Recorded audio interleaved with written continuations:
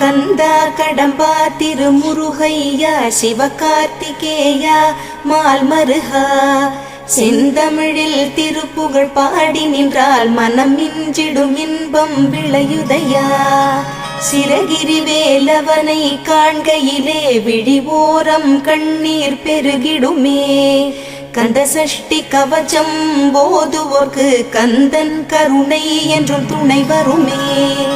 பங்குனி உத்திர நாளினிலே உனை நினைந்தே காவடி சுமந்து வந்தோம்.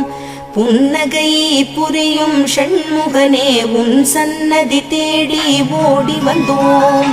உன் பதம் பணிவது என் தவமே, என் மனதில் நிறைந்திடும் உன்முகமே.